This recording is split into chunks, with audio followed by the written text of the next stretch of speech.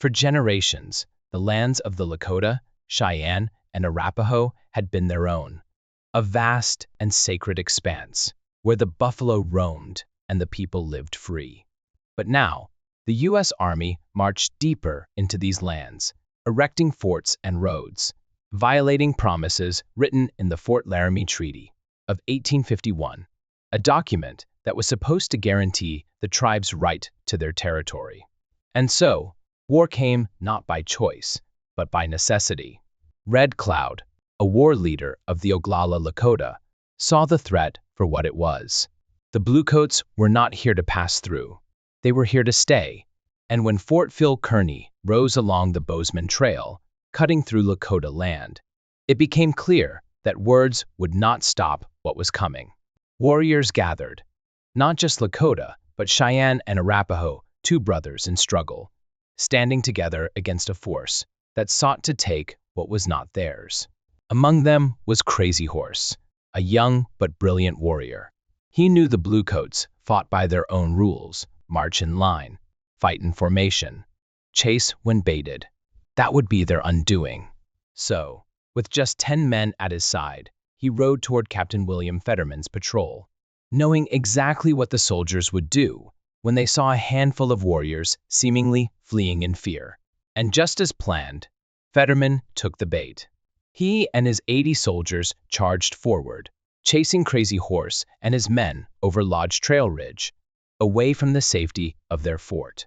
But what awaited them on the other side was not an easy victory. It was an army. 1,000 warriors, Lakota, Cheyenne, Arapaho rose from the earth like spirits of the land itself, surrounding the soldiers in an instant. It was over in minutes. The Fetterman fight, as it would come to be known, was a crushing blow. All 81 men in Fetterman's command lay dead, marking one of the greatest native victories of the war.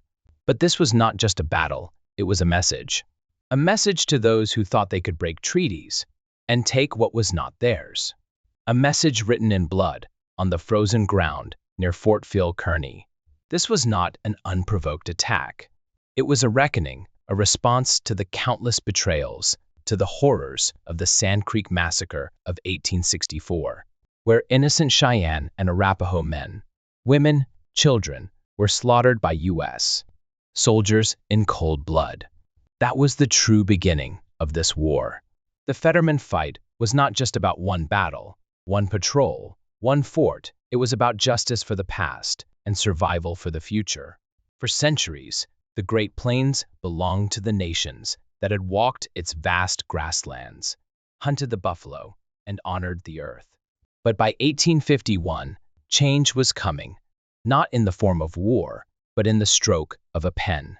That year, the United States and the Northern Plains tribes signed the Fort Laramie Treaty, a document that, on paper, was meant to bring peace. It was supposed to recognize the sovereignty of the Lakota, Cheyenne, Arapaho, and other nations, granting them land stretching across Nebraska, South Dakota, Montana, and Wyoming, while keeping white settlers out. It promised security, stability, and respect for the way of life that had existed long before the arrival of the Bluecoats. But hidden within the treaty's carefully crafted words were conditions, ones that would soon be used against the very people it claimed to protect. It required Plains nations to end intertribal warfare, define rigid borders between their lands, and even compensate the U.S. government if any of their warriors violated these new boundaries. It allowed the U.S. Army to build roads and military forts within native lands, opening the door for an expanding presence of soldiers who would one day bring war to those very lands. In return, Washington pledged $50,000 a year in supplies for 10 years, with a possible extension of 5 more. And most importantly, the treaty declared that the U.S. government would protect Native people from white settlers. But how do you protect a people from an invasion that you are helping to create? From the start, there were cracks in the foundation of this so-called agreement. The U.S. government struggled to find a single leader from each nation to sign on behalf of their people, ignoring the reality that no one person could speak for an entire tribe. Some nations did not attend at all, refusing to negotiate with those who had already broken past promises. And then there was the question of land itself. The Bluecoats drew boundaries on maps, carving up the plains into fixed territories. But the nations of the plains had never lived by such rigid borders. They followed the buffalo, moved with the seasons, and adapted to the land as their ancestors had for generations. To them, these drawn lines meant nothing. Perhaps the greatest betrayal of all was the language in which the treaty was written. The document was in English, a language that many native representatives could not fully read or understand. Some may have believed they were securing their lands and their way of life, but what they were truly signing was a slow, methodical attempt to contain and control their people. The Fort Laramie Treaty of 1851 was never about true peace. It was about limits, about defining what little land the government would allow the nations of the plains to keep. And when those limits were inevitably ignored, when the promises of protection proved empty, it would set the stage for war. A war that would come not long after, when the land itself, once promised to remain in native hands, became the next target of the settlers, soldiers, and greed that followed them. 1863. The land still belongs to those who have walked it for generations, but the winds of change are coming, carried by wagon wheels and greed. John Bozeman, a man chasing fortune, blazes a new path for settlers, hungry for gold in Montana. The Bozeman Trail, a 680-mile corridor cut through the beating heart of native land, a land that was never his to take, never theirs to claim. The U.S. government had already promised this land to the Arapaho, Cheyenne, Lakota, and Crow in the Fort Laramie Treaty of 1851, a treaty meant to protect what remained of their sovereignty. But words on paper meant little when gold called to those who saw only wealth, not the people who lived upon the land. The Bozeman Trail was more than a road, it was an invasion. The last great hunting grounds of the northern plains, where deer, elk, and mountain sheep still moved freely. Where warriors once tracked their prey under an unbroken sky, were now being carved apart. Wagon trains rumbled through, their heavy wheels scarring the earth. Draft animals and livestock trampled the grasslands, stripping away the food of both the buffalo and the people who depended on them. The nations had already lost too much. This land was more than territory, it was life itself. And when survival is threatened, a people must choose, endure the slow suffocation of their way of life, or fight to protect what remains. The Bozeman Trail was not just a path westward, it was the breaking point. 1864. The earth is stained with blood. At Sand Creek, beneath the rising sun, 230 Cheyenne and Arapaho men, women, children are slaughtered. Their bodies are mutilated, their village burned, their people betrayed. The white flag they raised meant nothing to the Colorado militiamen who came not for battle, but for massacre. What followed was not silence, but vengeance. Across the Great Plains, warriors took up their bows, their lances, and their war cries. The settlers, who had pushed deeper into the land, the emigrants who followed the Bozeman Trail, now found themselves hunted. The war that the Bluecoats had begun was far from over. In 1865, the U.S. government offered a treaty, the Little Arkansas Treaty, promising peace. But how can there be peace when those who signed the last treaty were cut down where they stood? Many chiefs refused to even take part, and those who did found that words on paper could not erase the smell of burning lodges or the cries of children lost at Sand Creek. The war did not end. The warriors did not put down their weapons. 1 year later, in 1866, the Bluecoats gathered at Fort Laramie, calling for thousands of Lakota to meet in council. They wanted another treaty, another promise, one that would allow their settlers to move safely along the Bozeman Trail, the very road that cut through lands that were never theirs to claim. But when Red Cloud and his warriors arrived, they did not find words of peace.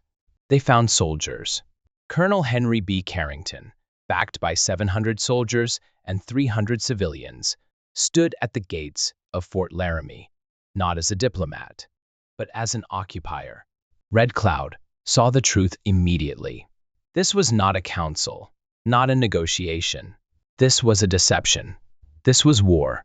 He did not wait to hear empty words from those who had already broken too many promises. He did not sit in council with those who had come not with open hands, but with rifles at their sides. He turned his back on them, mounted his horse, and rode away. And with him, his warriors followed. The time for talking was over. Now, the land would speak in blood.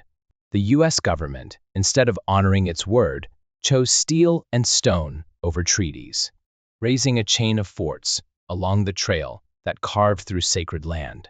The largest of these, Fort Phil Kearny, stood as a challenge to the nations that had long called this land home. In the heart of the Powder River country, under the command of Colonel Henry B. Carrington, 400 bluecoats and waves of settlers settled behind its walls.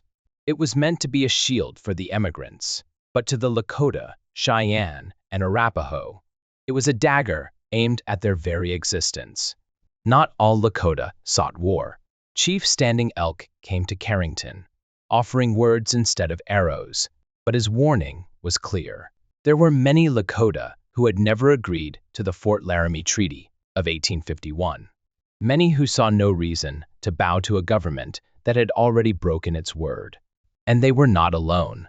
The Cheyenne and Arapaho stood with them, bound by blood, by land, by the knowledge that once the Bluecoats built their forts, they never left. Carrington heard the words, but did not heed them. Fort Phil Kearny still stood, a monument to broken promises. And soon, the warriors who had been left out of treaties, who had been ignored and pushed aside, would make their voices heard, not in councils, not in words, but in war. The Lakota had been told that the white man only wanted a road, a narrow path through their hunting grounds, a safe passage to the lands beyond. The chiefs had allowed it, trusting in words of peace, believing in the promises of a government that had never known honor. But now the truth stood before them, not as words, but as forts, not as guests, but as conquerors. The sound of axes echoed through the pines. Soldiers carved their presence into the land, building strongholds where none had been agreed upon. Fort Phil Kearny rose among them, a monument to broken promises, a symbol of what was to come. And Red Cloud saw it for what it was: not an outpost, not a mere station along a trail, but a declaration of war. "Hear me, Dakotas." His voice carried across the gathering of warriors, strong, unwavering. The Great Father in Washington sent his men, asking only for a path to the west, only for safe passage. Our old chiefs, with open hearts, allowed them through. But now, before the ashes of our council fire have cooled, they build their forts among us. You have heard the sound of the white soldier's axe upon the Little Piney. His presence is not peace. It is a threat. The warriors listened, their faces hard, their hands tightening around bows and lances. It is an insult to our ancestors, to the spirits of our land. Are we to surrender their sacred graves, to watch them be plowed for the white man's corn? The fire in his words burned in their hearts. There was no choice left to make. The Bluecoats had made it for them. Dakotas, I am for war. And the warriors rose. In the Powder River country, warriors of the Lakota, Cheyenne, and Arapaho gathered under Red Cloud and Crazy Horse, determined to drive the intruders from their lands. Their target was clear: Fort Phil Kearny, the stronghold of the Bluecoats, a fort built not for peace, but for conquest. The soldiers inside depended on a lifeline: wood and supplies from the forests 4 miles away, and that, the warriors knew, would be their key to victory. From July through December 1866, the land itself became a battlefield. Carrington, the commander of the fort, recorded 51 skirmishes, each one a test, each one a reminder to the Bluecoats that they were surrounded. Between August and mid-December, more than 70 soldiers and civilians fell, their bodies left on the open plains. Nearly 700 horses, mules, and cattle were taken, crippling the fort's ability to sustain itself. By November, reinforcements arrived, a cavalry company of 63 men, led by Lieutenant Horatio S. Bingham, with Captain William J. Fetterman and Captain James W. Powell at his side. They came to hold the line, but they were already too late. On December 6, 1866, warriors struck a wagon train near the fort.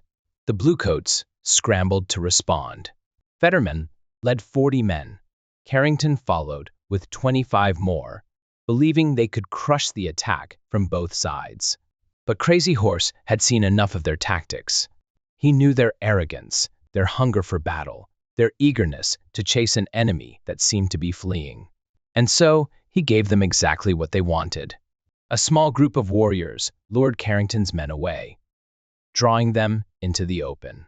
Then, from the tall grass, from behind the ridges, 100 more warriors rose like spirits from the earth.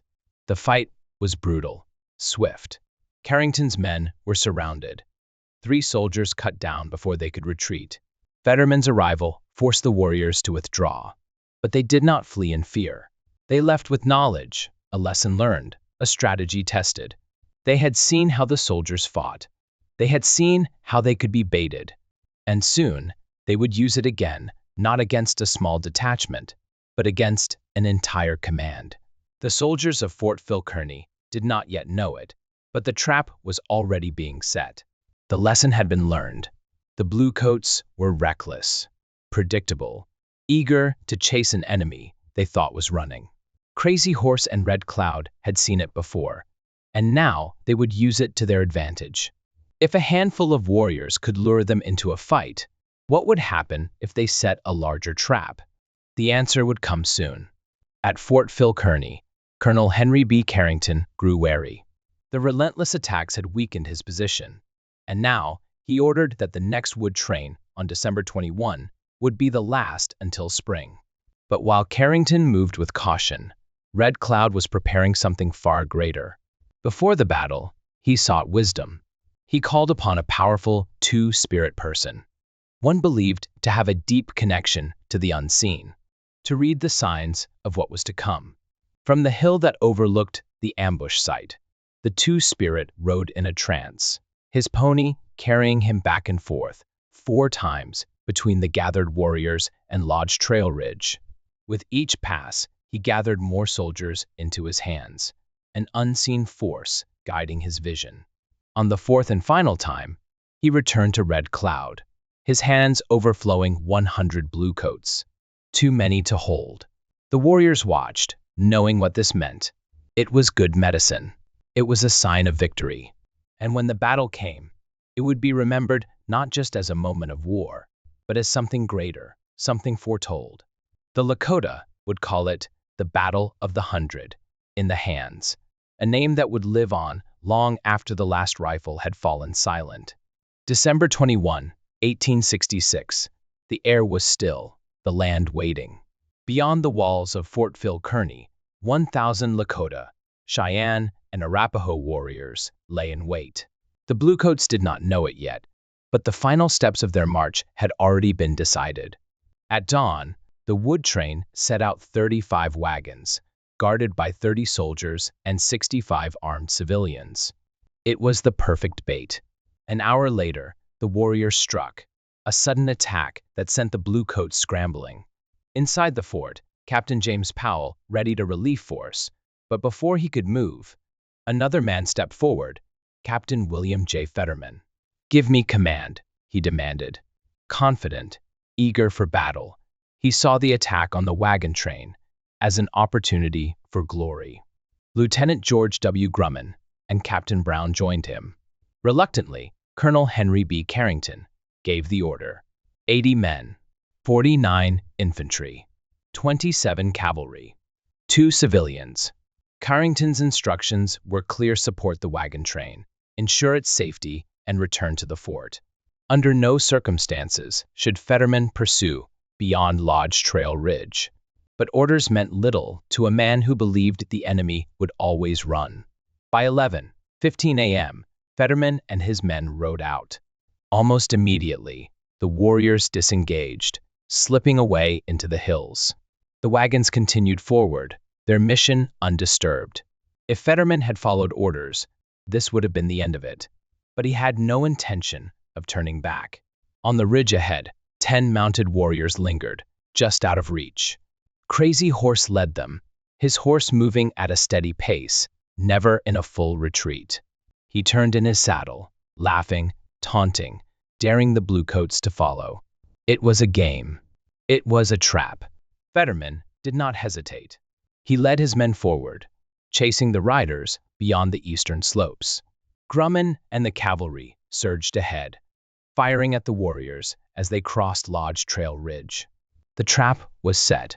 The bluecoats were now exactly where Red Cloud wanted them, and soon they would see what lay beyond the ridge. The land itself seemed to hold its breath.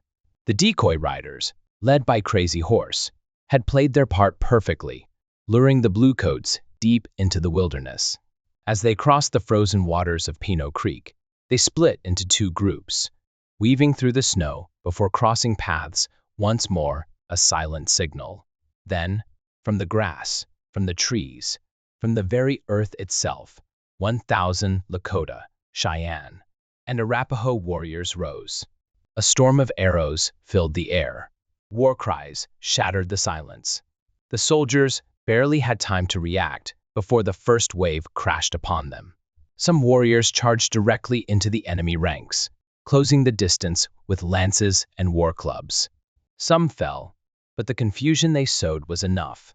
2 civilians, James Wheatley and Isaac Fisher, dismounted, scrambling for cover behind the bodies of fallen horses. A few cavalrymen joined them, crouching behind the rocks, but most tried to escape. They spurred their mounts south, retreating toward a ridgeline scattered with boulders. But the warriors were already moving. Amid the chaos, Lieutenant George W. Grumman was struck down, vanishing beneath the tide of battle. His men fought desperately, but it was hopeless. Those on the northern slopes held out for only minutes before they, too, were overwhelmed. The icy ground was slick with blood as the warriors pressed forward, relentless, unstoppable. A few cavalrymen managed to break free, forcing their way toward Captain William J. Fetterman, who stood atop a pile of boulders, trying to rally his men. But the warriors were closing in. From the east slope, a wave of Lakota warriors surged upward, their weapons gleaming in the cold light. More warriors poured in from every direction, tightening the circle. There was nowhere left to run. No help was coming. The battle was reaching its final moments. The final moments came swiftly. The bluecoats, their backs to the cold ground, fought with desperation, but there was no way out. For 20 minutes, the warriors pressed forward, cutting them down in the snow. War clubs crushed skulls. Lances pierced through heavy wool coats. The soldiers had no time to reload their rifles, no space to retreat. This was no battlefield. This was an execution ground. Atop the ridge, Captain William J. Fetterman made his last stand, his men huddled behind boulders, their rifles useless against the wave of warriors closing in. Lieutenant George W. Grumman and his cavalry had already fallen, their bodies scattered along the icy slope.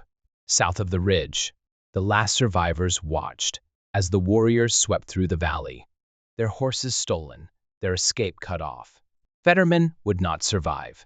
Slashed wounds covered his chest and throat, his body broken by the final charge.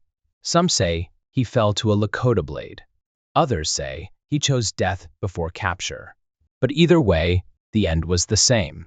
The soldiers who remained had no such choice. The warriors showed no mercy. The battle was over in less than 40 minutes. 81 men lay dead. The worst defeat the U.S. Army had suffered on the plains. And yet, among all the fallen, only a handful bore gunshot wounds. Nearly all had been killed by traditional weapons bows, lances, war clubs, and tomahawks. The tools of their ancestors had proven stronger than the rifles of the invaders. The snow-covered battlefield was silent, but the story was not over. The victorious warriors moved among the fallen, their war clubs and lances, ensuring that no bluecoat would rise again. But there was one exception. Adolf Metzger, the bugler, lay untouched. His bugle, crumpled and battered, lay beside him. It had not called for retreat. Instead, it had been his weapon, swung in defiance when all else had failed. The Lakota, recognizing his courage, did not mutilate his body. Instead, they placed a buffalo robe over him, a warrior's honor, a sign of respect. Back at Fort Phil Kearny, the garrison listened as distant gunfire faded into silence. Hours passed. Then, Hines returned, his face pale, his words chilling. He had ridden to a nearby hill, but had seen only warriors. No bluecoats. No movement. Only death. Panic gripped the fort. Colonel Henry B. Carrington ordered Captain Tenador 10 Ike to lead 75 men to find the missing detachment. Moments later, 40 more followed, their horses kicking up the snow as they raced toward the battlefield. 3 miles from the fort, they stopped. From the ridge, they saw them, the warriors, victorious, standing where Fetterman's command had fallen. The bluecoats hesitated. The warriors saw them. They laughed, taunting them, daring them to come down and fight. But the soldiers knew the truth. The battle was already lost. Neither side advanced. The warriors, their message delivered, turned west and disappeared into the hills. The Bozeman Trail belonged to them once more. The Battle of the 100 in the hands had ended. But Red Cloud's war was far from over. The U.S. Army had suffered its worst defeat yet. But this was just the beginning.